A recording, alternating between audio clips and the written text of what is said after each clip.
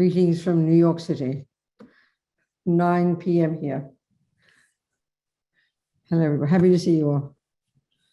Brian in Los Angeles, smiling there. Happy to see you, darling.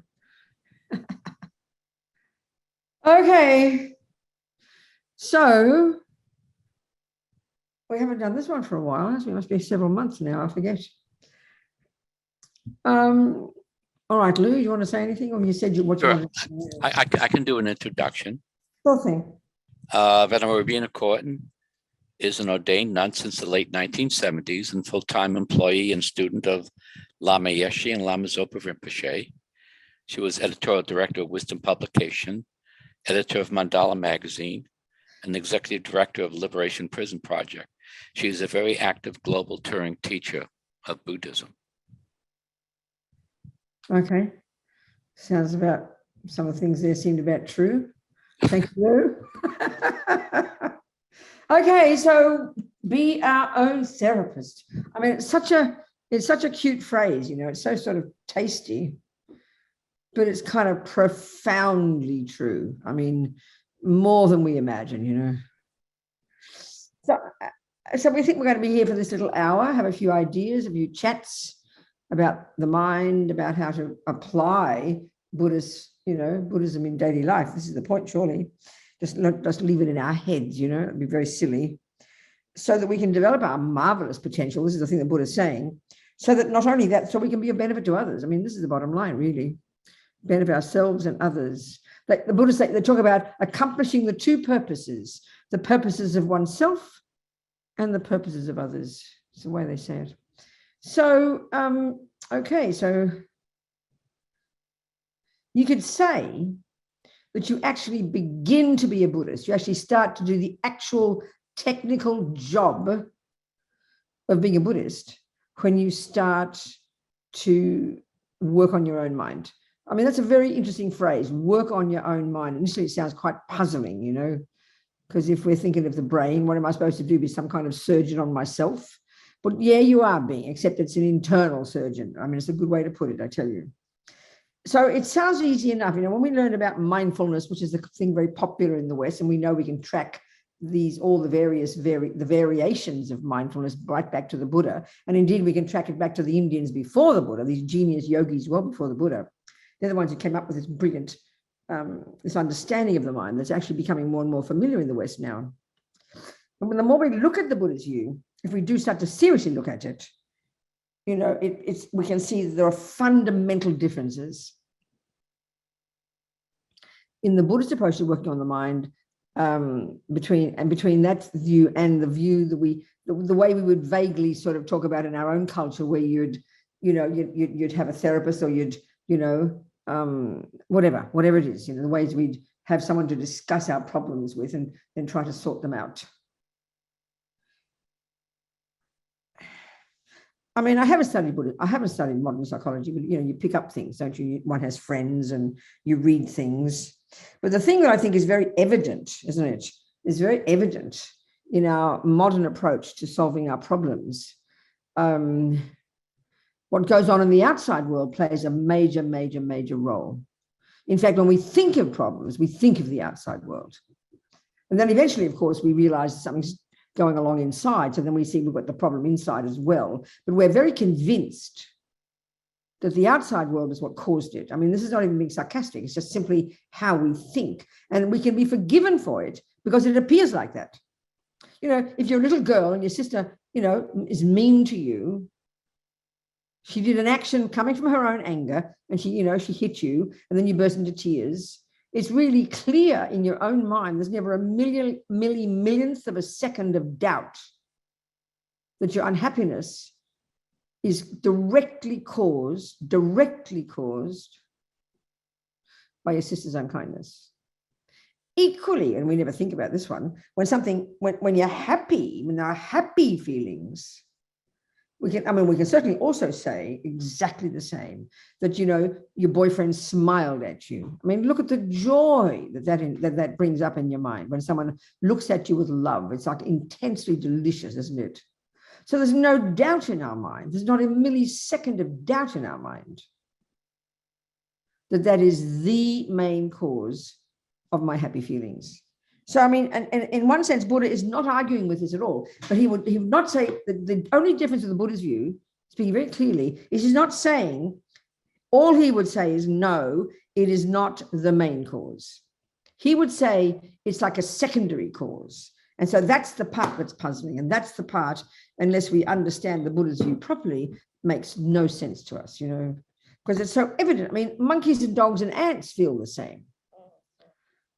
If you take the dog's food, your dog will get upset. And of course, they assume you're the problem. They'll snarl at you, So what is Buddha saying then? I mean, the words sound simple enough, but it really does take a while to really hear this in a very sincere way so that we can actually begin to work on it, because it's intensely difficult. It's like, it really is intensely, the words are extremely simple, but the applying of it is one of the hardest jobs you'll ever do, quite frankly. So right now, I have a knee ache, okay? In fact, I have a knee ache. Whatever it is, who cares? I'm just giving it as a nice example.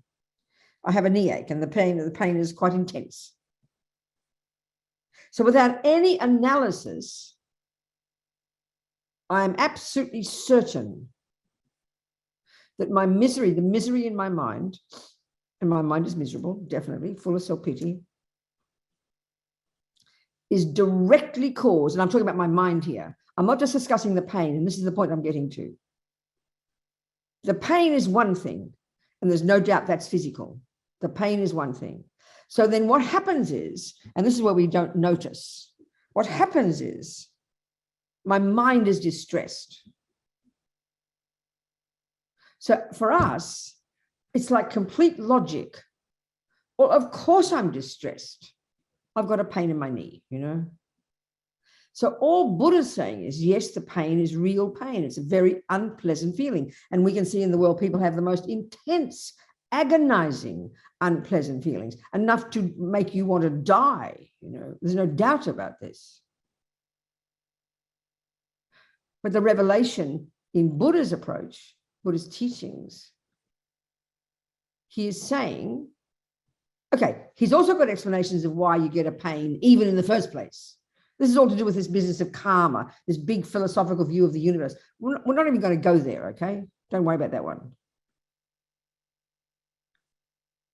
But what he's saying is, the pain is one thing,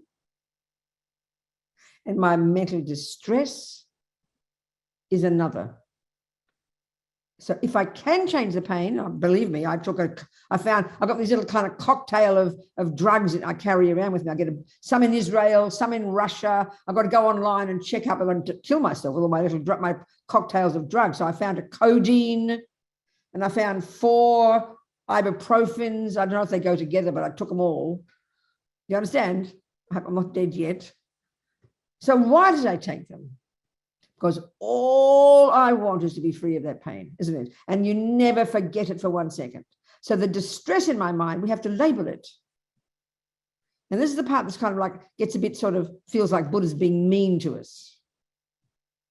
He says in our mind, we have various states of mind that are neurotic, very unhappy, very distressing, very disturbing, and they're miserable. They're very deluded, neurotic states of mind. And he calls them attachment. He calls them anger. He calls them jealousy. He calls them simple words like this, which we know intimately.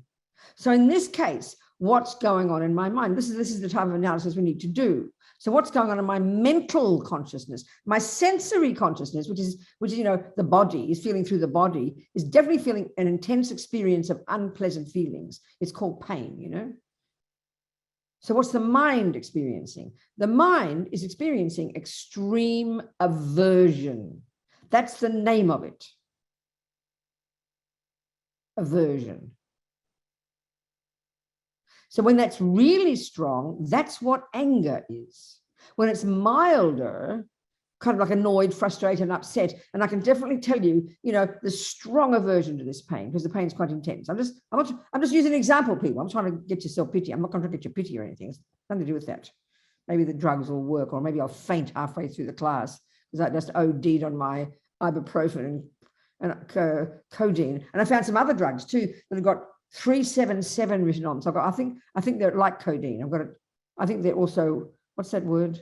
The naughty word. What's the naughty word for the bad drugs? What's the word? Opioid.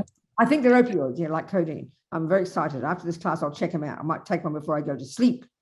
So it's aversion. So the point is this, we would say, well, of course you've got aversion. Of course you're upset, Robina. You've got a pain. Now, it's exactly the same when your boyfriend's angry at you. When he's mean, he looks ugly at you. Of course you're angry. Of course you're freaking out, we say. So what the point is, we assume, we say, well, that's natural. Well, I mean, Buddha agrees it's natural. It's a habit. But all he is saying is,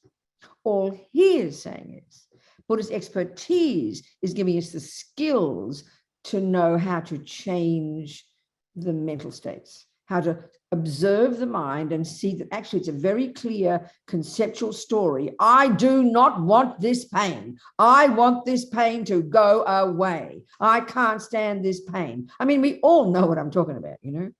So the problem is in our world, we assume it's natural. Therefore, we assume, of course, I'm going to be angry when my boyfriend hits me. Of course, I'm going to be upset and angry or distressed when there's pain in my knee. We assume there's nothing you can do about it. And why should I? I'm allowed to be angry. Look at the pain. I'm allowed to be angry. Look at what my boyfriend did to me. I think that's how we think. So we hugely emphasize the outside. And it's fair enough. The pain is pretty loud for me. I can't not think of it for 1 second. Do you understand? I suddenly don't get all excited about a cup of tea and forget my pain. No, I promise you, I don't. So we all get this. And so what we do is because of this, because we can't guarantee you won't get a pain ache, a knee ache, the red light, the mean boyfriend, you trip over, you hurt yourself, the house burns down. We know no matter how hard we try, we cannot guarantee things go the way we want, which Buddha's saying it, we going the way our attachment wants. Because these are the name of the problem. Again, this is confusing because in our ordinary world, when we talk about attachments like emotional hunger for all the lovely things, emotional hunger to have happy feelings in the body. And then the aversion when the pain comes. These states of mind, we just assume they're natural states of a normal human being. And indeed they are. But what Buddha has found, and this is the point, it's quite specific, you know, what he has found from his own experience, that those states of mind are the main source, and this is so surprising to us, it's so hard to see. Those states of mind are the main source of our suffering, the main cause of our suffering, not the boyfriend's words. Even not the pain. And I'm going to give you an example. This seems too shocking to be possible. So that's why the Buddhist approach, he's found this from his own experience, is the point. This person, he's not a creator. He didn't kind of dump this on top of us and have a vision of it and tell us we must do this or that. It's very precise what he's saying. So what goes on in our mind, in our all these conceptual stories, these emotions, these feelings, whatever you want to call them, they are the main source of our happiness and suffering. He says, there's a saying, I don't know whether it was him or one of these Buddhist people, Shantideva maybe, I don't know. If you can change something, please, dear one, please change it. If I can get enough codeine in my belly, I promise I'll take it. If I can relieve the pain, don't feel bad about that. I'm so happy, you know. But what if I can't? What if I can't get enough codeine? Then look what happens. So I know from experience, I get these strange arthritic pains sometimes. I think it's one of those. And the Chinese doctors call it wandering arthritis. It sounds so cute. It kind of attacks a different joint. But I know from experience it lasts maybe 24 hours. So look what this experience is about. I know, from my experience, that it will be gone by tomorrow. So look what my mind is doing. You could say that I've got aversion to the pain, but mainly I've got my attachment, which is this emotional hunger from before to get only nice experiences. It's now shifted to constantly looking forward. hoping for the freedom from pain, constantly angry with the pain, upset with the pain, but also constantly trying to do things to anticipate the freedom from the pain, looking forward to it. That's why I can't even imagine the nightmare for people who are completely living in pain. I can't even bear to think about that. That's too horrifying to me. I know this will go. I know from my experience, I mean, who knows?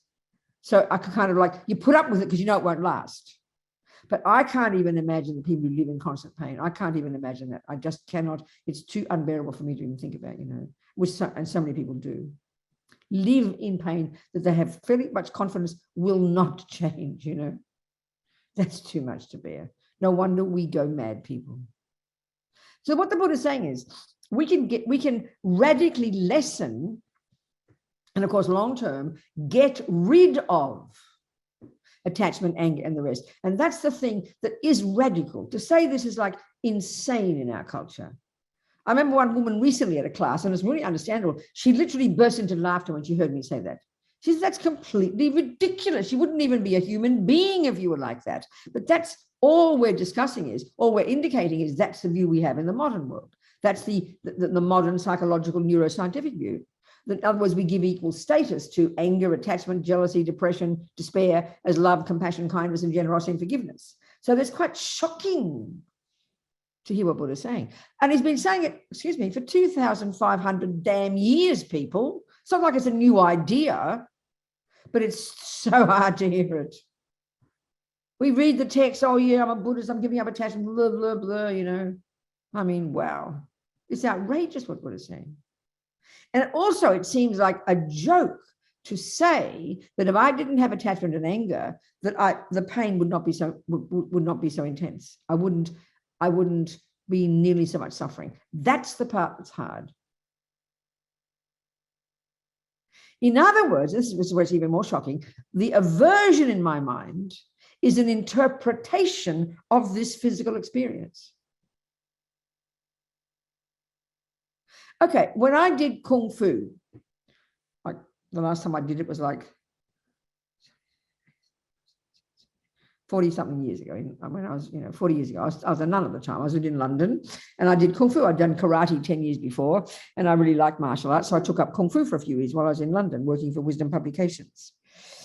They didn't know I was a nun. I had hair at the time and I wore regular clothes, And it was actually interesting because Mr. Lima, I'm always a fanatic, you see. I always do things, nothing at all or everything completely. So I really liked this particular club and Mr. Lee, my Malaysian teacher. And there were three of us. We were like the Three Musketeers. There was a 14-year-old boy, a 19-year-old boy, and 44-year-old Robina, a Buddhist nun. They didn't know I was 44. They knew I was a bit older than them, of course. They had no idea I was a Buddhist nun. And we were the three fanatics that went to 6 classes a week. And we'd hang out afterwards. We'd go to Gerrard Street in London, where all the Chinatown, and go to McDonald's and eat 5 pounds of chips. Afterwards, you need your carbs, I mean, we were the complete fanatics. We were like these 3 friends, 14 and 19-year-old boys. They didn't even know I was a Buddhist nun, We were just the 3 Mr. Lee's favorite students. It was hilarious, I tell you. Anyway, that was a side piece. Why did I tell you about? Oh, yeah, when I did Kung Fu, that's right. I was so committed to doing Kung Fu. I didn't even eat after lunch because I wanted to have an empty stomach when I went to my classes that evening. And I trained for like 3 hours every night, really intensively. And I would get home absolutely physically exhausted. But my mind was so happy. Do you understand my point? People, when you go to the gym and you love going to the gym, you come home exhausted, your muscles are aching. I would lie in my bathtub of arnica, and kind of have a hot bath and go into a divine sleep. I was exhausted physically with aching body, but my mind was happy. We absolutely know these experiences. We'll say, no, come on, it's all different, Robina, it's different. I'm sorry, it's not. When I read about these, people, sportsmen who are really, pushing to the limit, and I'm just using an example, I wasn't a great Kung Fu star or anything, who spend years training, pushing their body to the absolute utter limit of exhaustion in order to be the best, to win Wimbledon, to do this, to get the, whatever it is. You look at I read about, like, for example, Tiger Woods after his last accident. I mean, the pain he experiences is beyond belief, but he's so utterly committed to his golf. Everything comes second, So in other words, what's the difference between me at Kung Fu and anything when you're angry with your pain is because you are so committed to achieving something that you don't even mind the pain. I mean, I think we can see this is true. We don't really analyze it properly. We just assume, well, of course I'm unhappy. I've got pain, you know. Of course I'm angry. Of course I'm upset, we'll say. Are we communicating? So the whole point is to get, I mean, this is the whole point, get to know our minds. And then if we can try to observe the conceptual story, I mean, Buddha's got very precise presentation of these different conceptual stories. The one that runs the show that's so primordial is this assumption called attachment, that I only want the nice things. You only want the nice feelings, nice sound, nice smell, nice taste, nice words, nice everything. Attachment is this junkie in us, so primordial that actually we don't even give it practically a name. It's just something that we take it as a given, you know.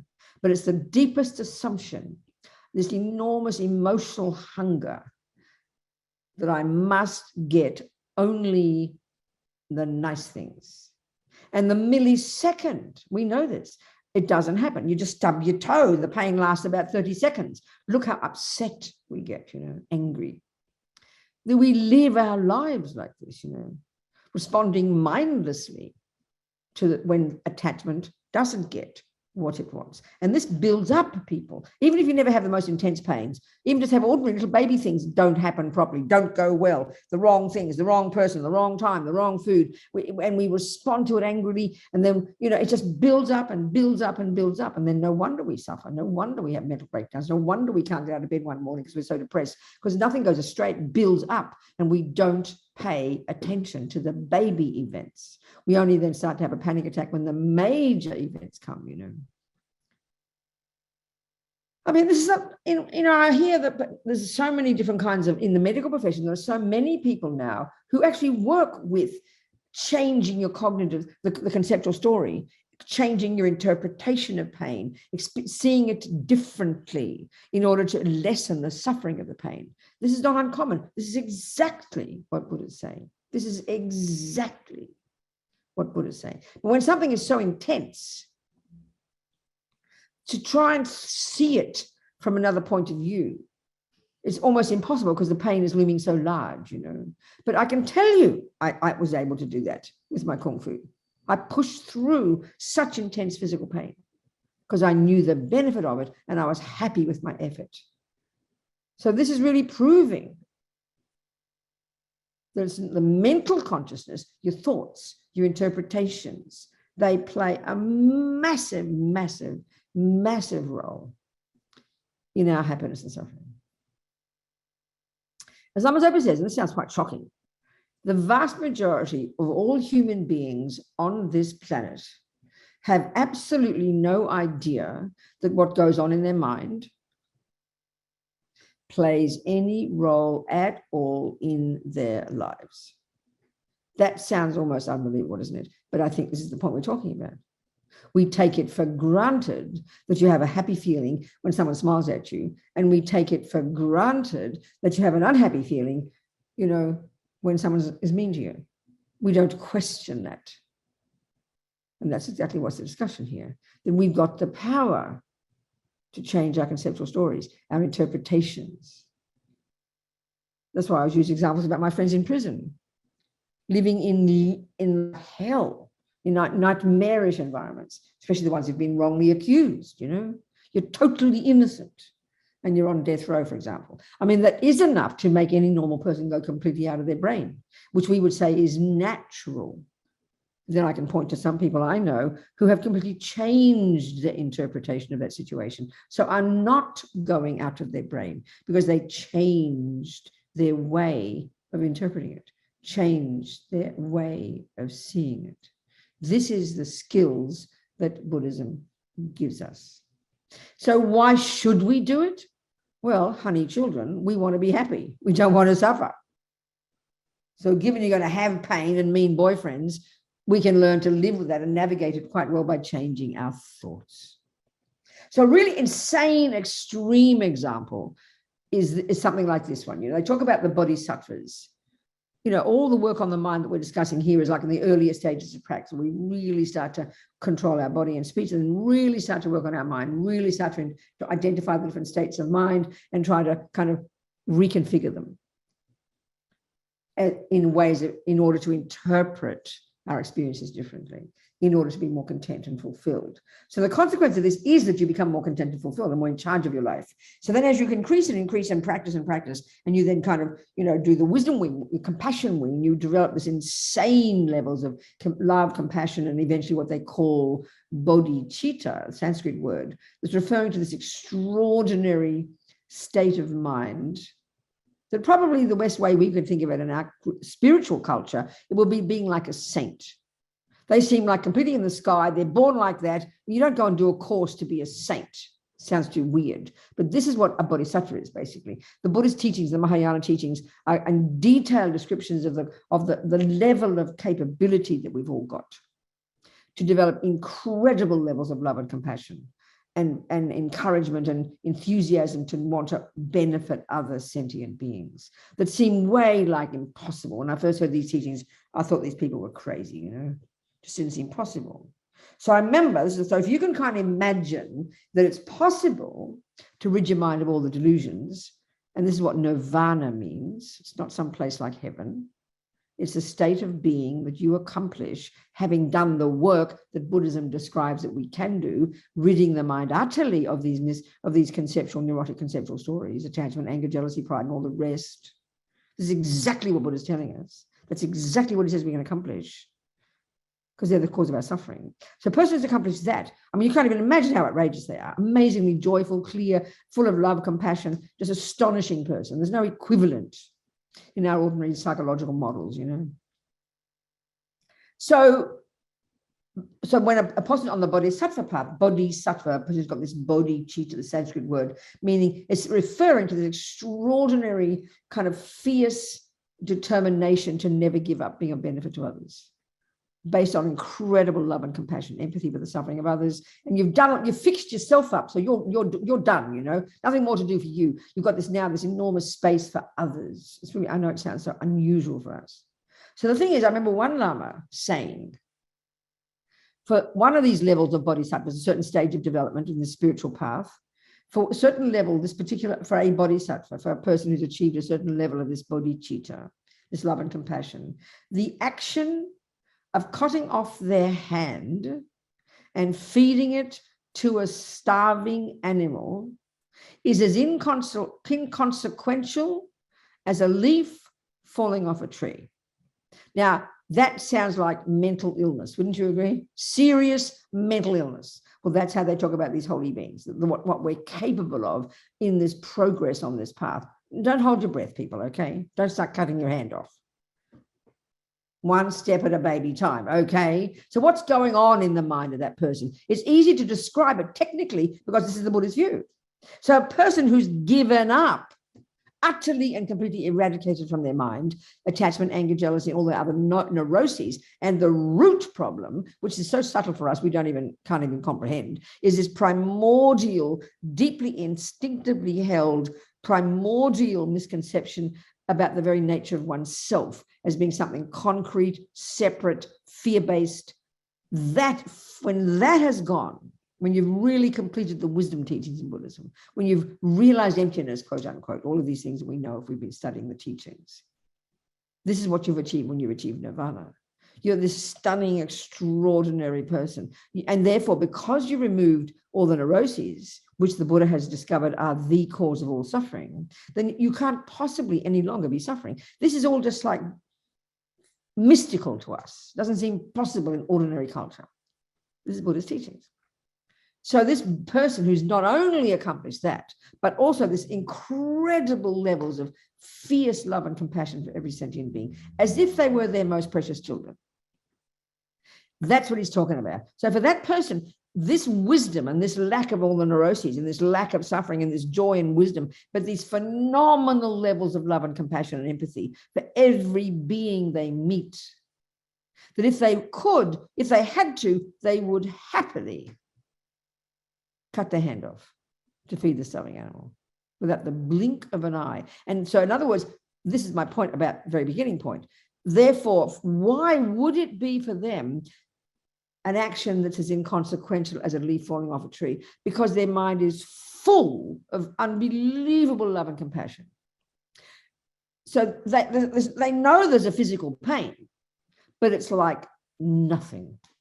I think there are even ordinary examples of something like this. I remember watching on the television years ago, interviews with mothers, the outrageous things that mothers would do to save their babies. Like one woman lifted a car. One woman ran straight into a burning house. So listen to this logically. We know that's possible. Okay, they've still got attachment and anger, but because of this fierce love and compassion for this baby, all that mother could think of, all she could focus on was that baby in the fire. So she's like, she knew there was fire, but she totally ignored it. So we know that something like that's possible, even just momentary, you know. In other words, it's the whole point that I began right at the beginning. We assume anger is normal if you have pain. No, Buddha says. It's because attachment's having a panic attack and doesn't want pain. So aversion arises. But if you change aversion and change attachment, there's still the pain, but you will interpret it differently. So basically that bodhisattva is interpreting that pain differently, because what's in their mind is flooded, overwhelmed by, suffused with unbelievable compassion. Please have my hand and have the other one while you're at it, you know. Are we communicating? I hope so. Ask me some questions now, come on. Get the fundamental point I'm making. One is the body and one is the mind. One is the external event and one is the mind. And the Buddha says we have incredible power to slowly, gradually change the mind, which means change our interpretations, because attachment is an interpretation. Anger is an interpretation. So this is, and so you've got to drill down deep to get to this one, but this is the unique approach of the Buddha's path, you know. Yes, Barbara. Hello.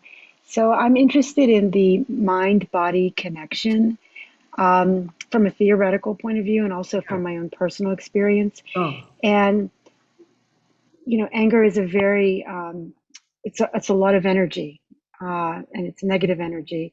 And I think some people, you know, they express it out into the world, but what happens in either case of whether, like, for example, you're so divorced, anger is so threatening to you that you've divorced yourself from the feeling and that energy gets turned inward. That's right. Or yeah, absolutely. That's very common, isn't it, Barbara?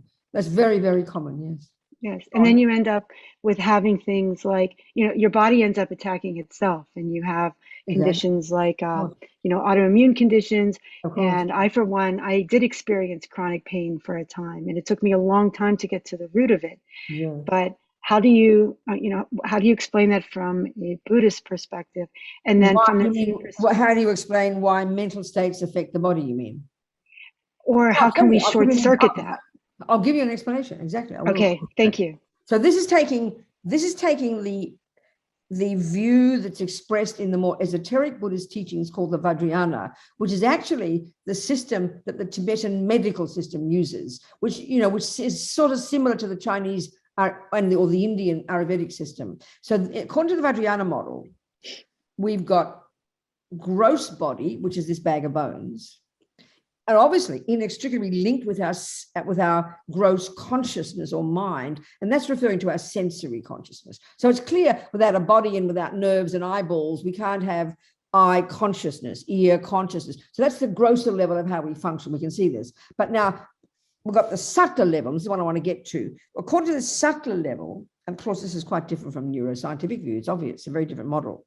We've got these 72,000 subtle, like a subtle nervous system, 72,000 subtle channels, if you like, a subtle nervous system throughout the entire body. And it's coursing through all these subtle channels, they call them, are these different prana, or what they call the wind energy. This is the basis of the Tibetan medical system of 10, 15 years of study of healing. It's all to do with the balance of all these different wind energies. We used to be this one time in our culture a few hundred years ago. It's the Ayurvedic system. It's the Chinese system. It's a very valid existing system. And this is detailedly explained in the Tibetan medical system. Now, the point is this.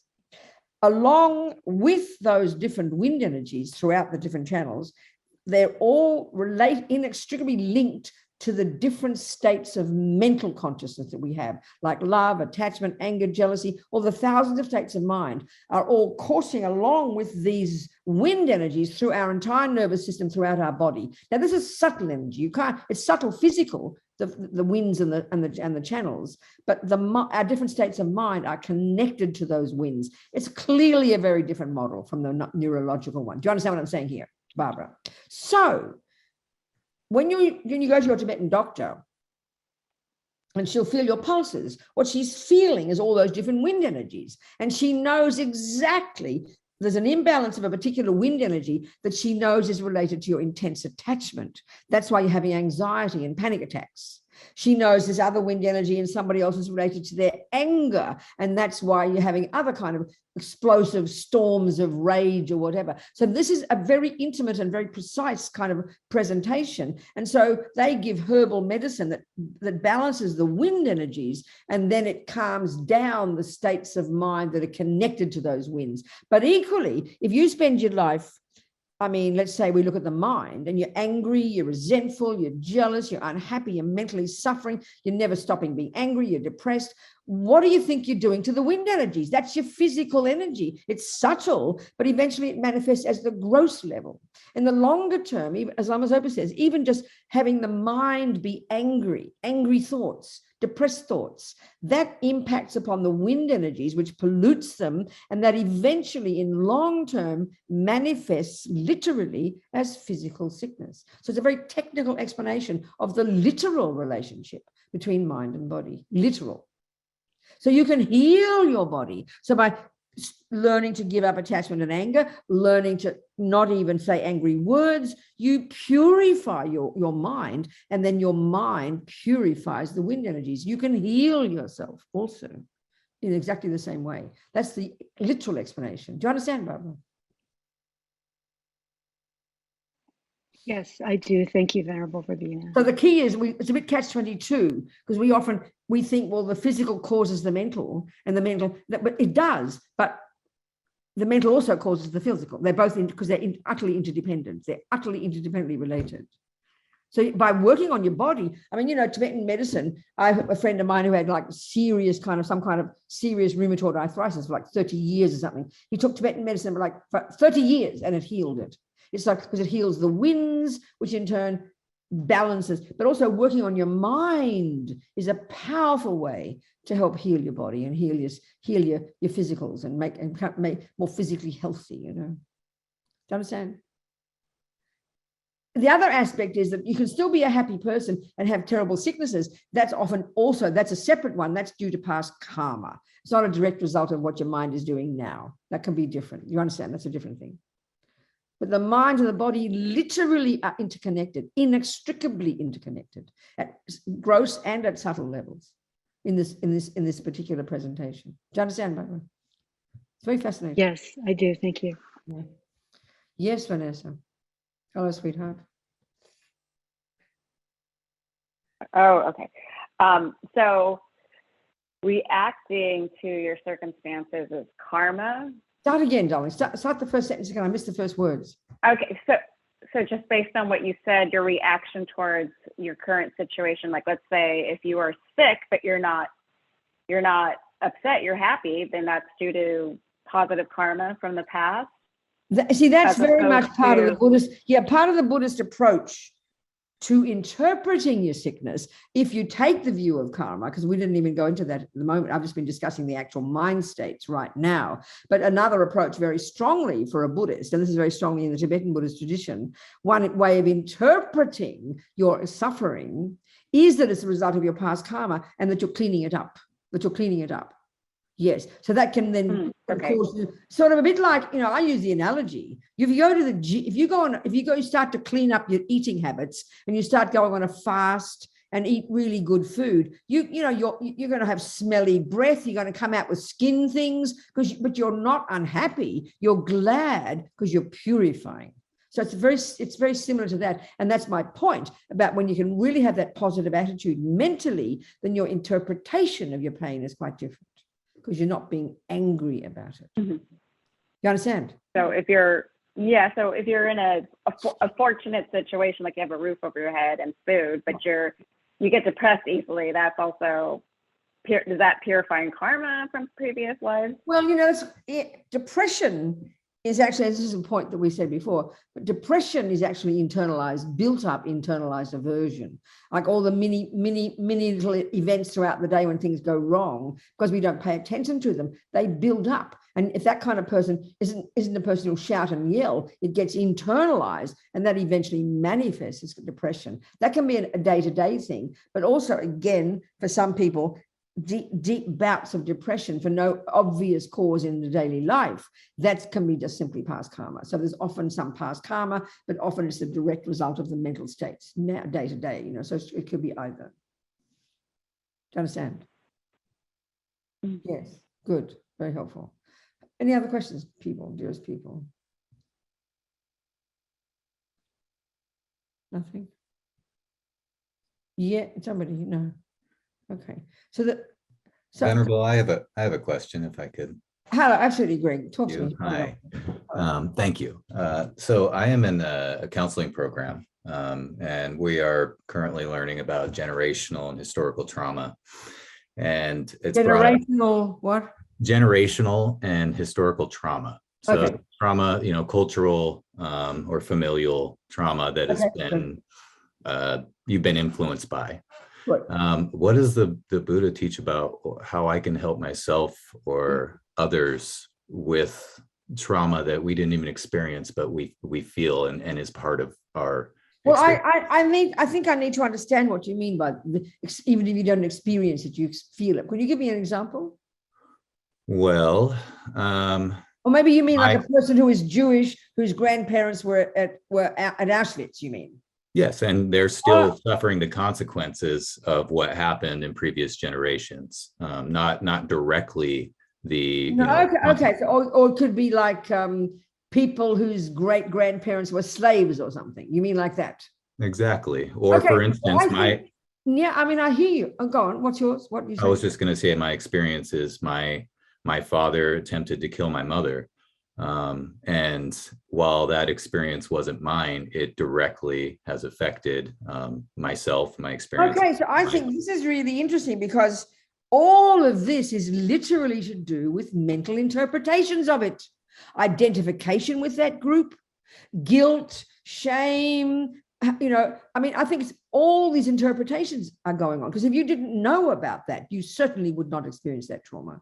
So it's how we interpret all these things. You see, this is the Buddha's point. There's so many mental states we have, which are virtually emotional or intellectual interpretations of something. So if you strongly identify with a group, just say you strongly identify with a group of people who were tortured in the war 3 generations ago, you're interpreting, you fiercely, like, for example, in Australia, I remember one time, Australia, a lot of Europeans came to Australia after the war as migrants, as immigrants. And so there was strong, and they brought their histories with them. In Australia, they're all part of the same suburb. They all talk with Australian accents, but one had Serbian grandparents, one had Croatian grandparents. And because they identify with that group, that's really the point. You identify with groups, so you take it personally. So you get angry on behalf of your grandparents because you identify with that group. But if you didn't know that you were Serbian or Croatian, you wouldn't feel it. So it's all to do with mental interpretation. It's all to do with interpretation.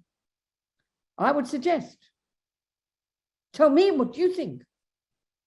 Because trauma, you see, okay, I'll speak the Buddhist one again. There's physical and there's mental. And trauma is a word we use that's referring to, I would suggest, suppressed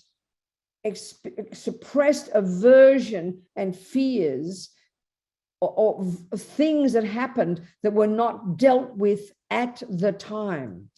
I think if we deal with something at the time, a person who's experiencing it, you would not suffer from trauma. You would not have such a thing as PTSD. PTSD is because a person who's directly experienced it. I'll talk about that one first. If you say someone held you up with a gun, but you didn't suffer from it, you managed to deal with it, then it would be gone and you would not have such a thing as PTSD. So now if you're my child, you heard about this, then you didn't get held up from a gun. So I think that level is because you identify with that group. I would suggest, what else is there? Because I mean, trauma isn't something that you carry in your body, not a child who comes from a parent. It's to do with your mind, your mental state, your way of interpreting. I can't think of any other way to describe it. How would you describe it? How is it described in the models you're discussing, in the classes you're doing? I think it's been discussed more in a societal factor of just systemic oppression. So not the actual trauma itself, but here are the fallouts from the oppression that was experienced 3 generations ago. So it's more of a societal kind of thing that, but what I wanted to ask. You're talking about is racism and things. You're talking about racism and stuff. Yeah, isms. But in particular, I kind of direct it back to my experience. So with my mother, for instance, she never dealt with it. You're right. She never dealt with the trauma. Yes. Sure. And she suffers from PTSD still. Yeah, of course. But still can't to me, it's not me interpreting that as a child. I experienced the results of what. Okay, so you have to tell me what you mean by that, because I just don't understand. I mean, my mother was. But I have to ask you what you mean. Please explain what you mean. My mother grew up with PTSD. She was unable to communicate. She was unable to deal with emotions. She was unable to help us. Then if you're her child, so then I would see, I wouldn't. I mean, everybody's got baggage. Everybody's got past experiences. Nobody deals with their suffering because we don't think our mind plays a role. Most of us either live in rage or anger or blame or despair or denial. So everybody's affecting everybody. So everybody's got PTSD from that perspective. I mean, parents have children. Parents have got history. Their father did this. Their mother did that. Their grandparents did this. This is everybody's life, Greg, isn't it? This is life.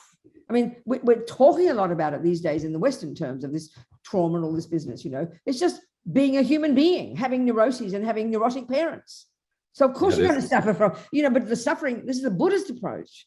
The suffering you have is your mind, your attachment, your anger, your fears, your jealousy. It's almost like we're thinking that this trauma is like another thing that is passed on from family to family. That's really too vague. Your mother has problems, her mental problem, unable to deal with her suffering, anger, attachment, fears, resentment, bitterness, and then she impacts upon you. And then you've got your attachment and your anger and your fears and your depression. So in other words, it might be generational, as you put it, but the real point is you've got to look at your mind and see your delusions and know why you suffer, and then you can change. But if you almost treat it like a disease that's passed on like cancer, then you can't do much about it. Because it's generational, we talk like that, but it's just minds, people experiencing dramas, and we each of us have our own mind, and you are capable of working on your mind. Maybe your mother never is, but let's say you are, and you have to know that you're able to do it, and you can do it. Are we communicating? Yes, you're right. I am being shown Western models. Yeah. This is how we interpret things here. So it's great to have this balance. Yes. So basically what you're saying is the Buddha says, deal with your trauma and quit averting it. Say it again. What? The Buddha says, deal with your trauma and stop the aversion to. In other words, exactly. If we can really imagine getting to some level of clarity and awareness, and I mean much more subtle than we can imagine, where literally when things go wrong throughout the day, and I'm talking ordinary events, not being attempted murder by your father, your husband. I'm talking about you deal with the small things. Because you see, if we understand this attachment, it's so primordial. It's this junky inness that only wants the nice things. It's like a fragile little person inside us, this attachment. And it has a panic attack every time it doesn't get what it wants. That's aversion. And that's the buildup of what we call trauma. So if you deal with the events, you don't have PTSD because you've dealt with it. You're not carrying the rubbish with you, the undealt rubbish built up. I mean, I always use a simple example. I'm not trying to be smarty pants or anything. Back when I was about 30 and I was in New York in the mid-70s, and I was walking back home, Lower East Side, with my sister, and out of the blue, this bloke comes along with a gun and puts it between my breasts, and he wants my money, right? Well, I'm a bossy person. I'm not going to put up with anybody bossing me around. And so I start getting aggressive. So I remember this guy vividly. I knew he was more scared than me. It was all very instinctive. And so I bossed him around. I said, I don't want to swear now in front of you all, but I use really rough words. And I said, I became like his mum. I said, how dare you? I said, who do you think you are? We are just as poor as you. You give me your money. Like I gave him a lecture, the poor guy. And he kept going, give me your money, bitch. And in the end, it was like this ridiculous joke. He just shrugged and walked away. So I didn't have any trauma, Greg. It was my party story. Because I learned from that, well before Buddhism, that when there's no fear, there's nothing to carry on. That's exactly what Buddha's saying we can do with everything. I'm not saying I don't have other traumas. So when it's undealt with, it builds up until we can't cope. That's exactly what PTSD is. Are we communicating? That's a great response. Join the universe, people. That was such a vivid experience for me. And it was like my party joke. I didn't suffer at all. Why should I? I came out as the boss. The guy probably suffered more than me, got so pissed off with me and upset with himself. It's a powerful example. Do you understand, Greg? Absolutely. That was a great response and very helpful. Thank you.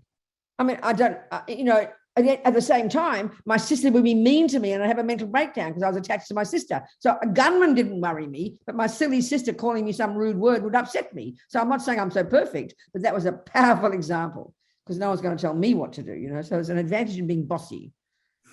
I'll just joke about it, but it's always, even since I was a little girl, Greg, I'll tell you also too. I mean, most women, I'm sorry, I'm not trying to be against men, but we all know men, just ridiculous sometimes with that thing between their legs and everything. And I'm a little girl, Greg. I mean, men stopping me on the street, wanting me to masturbate them and exposing themselves to me on the train. It's very common for little girls to have this. So for me, it was like this ridiculous, even one guy when I was coming back from my ballet lessons, I was like 11, and this fellow walking up beside me, I knew he had a problem. He wanted me to touch him. And I told him, I said, you'll get into trouble. You go home. Don't ask me why I'm like this, Greg. So again, I was 11. It was not a trauma for me. My father was not very, did naughty things, but I would never give up arguing with my father. He even beat me, and I'd say, keep beating me. I refuse to let me, because I'm just bossy and loud and aggressive. There's an advantage to it. So it wasn't traumatic for me because I came out powerful. When there's no fear, there's no suffering.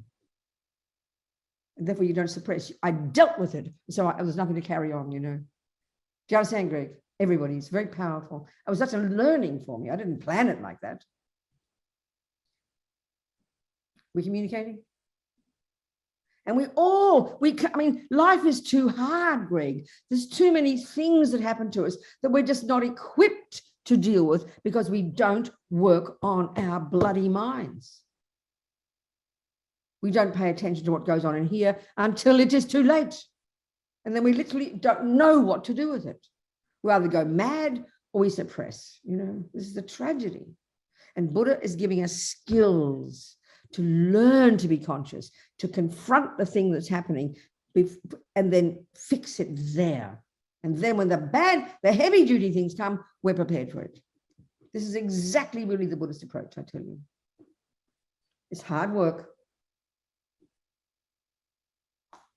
What do you think, people? Time to go nearly, look. 7 minutes. It's the hardest job we'll ever do. Changing the mind.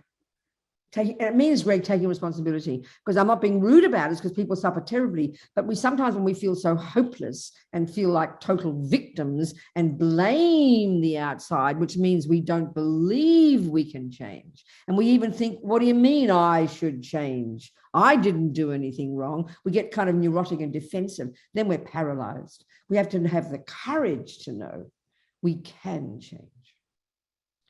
Slowly, we can kind of like learn to deal with these things. That's why these days there's so many good therapies, so many good therapists around who can help us become courageous, who can help us listen to what's going on in our mind and unpack it and unravel it. Because one of the responses many of us have is total terror. We cannot deal with it. So your mother just doesn't know what to do with it, and she doesn't even believe she can do anything about it. She just set in stone, that's why I'm suffering and I can't change it. That's the tragedy, Greg, So give people courage, Greg, to see their minds, know, and according to their capacity. You can't push, you know. We need courage to do it. When we do, it's a revelation. This is all I look forward to being able to bring that to my clients. Good, darling. Wonderful, Greg. Well done. What else, sweetie pies? Kathleen, hello. I'm Venerable, thank you for your teachings. Good. I'm trying to help a loved one who's in an abusive relationship, and I'm attached to the outcome of the situation. Of course you are, darling. It's your family. Yeah. Well, that's right. Exactly. We can't help it. Yeah. The whole situation makes me really angry. It's my mother, she's 90. Mm-hmm. She lives with my brother, who's neglectful and abusive. Mm-hmm. And the consequences of this neglect and abuse are just worse over the years because of her age and her frailty. So how do I see my attachment to the outcome of the situation. I want her to move. She can move. There's somewhere for her to go, but she won't do it. This is the thing. This is the problem, darling. This is the problem. There she is. She's not, even though she's 90, she's got intelligence. She knows what she's doing. She's attached to her boy, or probably an old man by now, for God Almighty's sake. And whose name is the house in? It's in my brother's name. Okay, there you go. So it's her son, right? And she adores him, right? Clearly she does. Yes. No or not? Yes. That's it. That's the problem. And so then so your mother's got a problem, your son, your brother's got a problem, and you've got a problem. So first problem for you to act on is yours. Your aversion, your attachment, your anger, because it doesn't help you and it blinds you to see if there is an opportunity to do something. So if she doesn't want to move, you can't force her, you can't police it, you can't force your brother out of his own house. You've got to learn to protect her as much as you can, and learn to love her and love him. Unless you can threaten him to change. I mean, does he even know he's horrible? I don't know. You talk to him? He doesn't know. He doesn't pick up the phone. It's really difficult. I understand that. And so in other words, there's very little you can do. Is that correct? Correct. Then, darling girl, you have to love your mummy for who she is and love your brother for who he is. If there is something you can do to change it, then kindly intervene and give it a try. It might not work. Can you bring legal things upon it and force him to stop, or force him to be accountable? Can you prove the problems? I mean, this is the practical side. Can you prove what he does, that he abuses her, or is it more subtle than that? I've started filing reports with Adult Protective Services. Okay. So at least there's some documentation, but there's nothing, I was told there's nothing they can do because she's mentally competent. Right, exactly. Mm-hmm. You talk to her about it? I do. And how does she talk about it? When the situation is acute, for example, excuse me? Like what? Give it a scenario. He gave her COVID back in January. She was hospitalized and almost died. He was very neglectful with, going out and about, got COVID, didn't get tested, and she got it and almost died. So when she was in the hospital, I talked to her about leaving. And there's another brother that she can go live with, who's reasonable. And I thought that was the perfect opportunity from the hospital to the other place. And so in the acute phase, she's like, yes, you're right. I need to move. And then as soon as she's better, boom. She chooses to go back home. Back to the abusive. Okay. So in other way, what are other ways he abuses her? She has macular degeneration. And instead of taking her to her eye doctor, he dropped her off by the side of the road. To do what? What do you mean? To do what? He didn't take her to the appointment. He let her get out at the side of the road, 4-lane road, and told her to walk. I see. So things like that he does. And she puts up with it. Yes. Well, honey, you've got to respect her wishes. She might be 90, but she's got her wits about her and she makes her choices. And this is the tragedy. Does it seem to diminish her? She's obsessed about it? Honestly, I think she's afraid of his anger. She's afraid of upsetting him. She's afraid of leaving because she fears he may get angry with her, and she cannot deal with someone else's anger. That's right. Well, you all you can do is do what you can, but what you have to do, no choice, is give up your own anger and your own attachment and stop blaming him and just have to stop that. That's not helpful. You have to know that for your benefit. And when you give up that, you'll see things more equally and you'll accept her choices. This is life, And maybe you don't, what can I say? You can only do so much. So what you can do is always work on your mind. That you can do. And that'll make you feel a lot better. And you'll be more wise and you'll interpret it differently. And they've got this intense relationship and that's their trip. Got very little to do with you. Is there a way to see this from another point of view? I'm trying to see it from another point of view. Stop being angry about it. No, this is due to they've got a relationship. She's got her problems. He's got his problems. She seems to be managing. I mean, it's probably not every second of the day this happens. She leads her own life, gets her own meals, or is she completely hopeless and needs to be taken care of? Like what? No, she leads her own life. Gets her. Then try to be happy for her. Try to be, I swear to you, I'm not joking. Try to see it differently by you being less angry, because anger is focusing on certain things and they're all looming large for you, So it's like you have to stop. There's no choice. It won't help you. Keep your wisdom, keep your clarity, keep your wish to try and make it better. That's not anger though. So try to stop being angry. To see it differently means just try and learn to accept that she's okay. She's doing fine. She's fine. It's her choice. Respect her choice. If you really feel there's something you should do to get her out of there, then you have to force it. If you think that's beneficial. Of course, she's scared of his anger. And people are very scared of anger, And you think you can't threaten him. You can't go into the house. Why not? Why can't you go into the house and threaten him? Why can't I go into the house? I'm afraid of him. Honestly, he has firearms. He has a lot of. Shoot you. So you're scared of him too. I'm scared of him. Yeah. Well, then you bring somebody strong with you, and two people on either side and walk in and threaten him. I mean, what's stopping you from doing that? What's stopping you from doing that, Kathleen? I'm in California and they're back east. Well, that's one problem. Yeah, I understand. But I'm going next month because of COVID. I haven't been able to visit. I mean, if you've got enough examples of the things that he's doing, I mean, angry people just do this and don't even probably notice what they're doing. Mm-hmm. And you probably have to threaten him. I mean, it's his house, but don't be so. I mean, everyone's scared of him. This is the problem, and you're scared of him too. Mm. Angry people are just ridiculous. He's not going to shoot you. That's my suggestion anyway, John. I mean, you've got to give up your anger. It's not going to help you. It's easier to say it, sweetie. That's the one. Then you can see things more clearly and you'll have more courage to do something if you can do it, if you think it's beneficial.